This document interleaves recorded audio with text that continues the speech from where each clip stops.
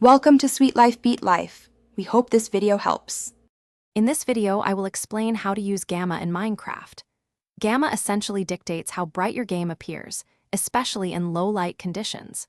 By adjusting this setting, you can dramatically increase visibility in dark caves or during nighttime, making exploration much easier. It's a simple yet powerful way to enhance your gameplay experience without needing extra light sources. Many players find it incredibly useful for mining and navigating treacherous areas.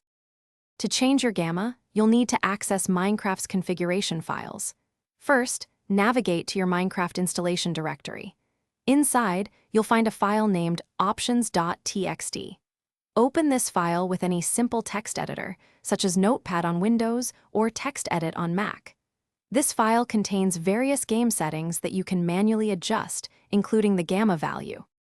Once you have the options.txt file open, look for the line that says Gamma 1.0.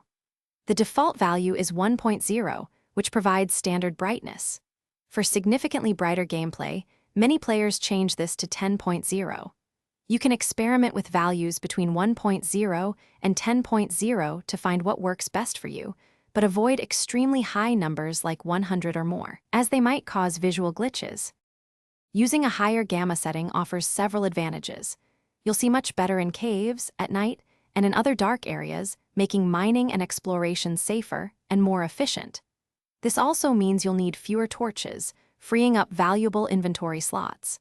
However, some players feel that increasing Gamma too much takes away from the game's intended atmosphere and the challenge of navigating true darkness. It's all about personal preference. Thanks for watching. Consider subscribing if we helped you.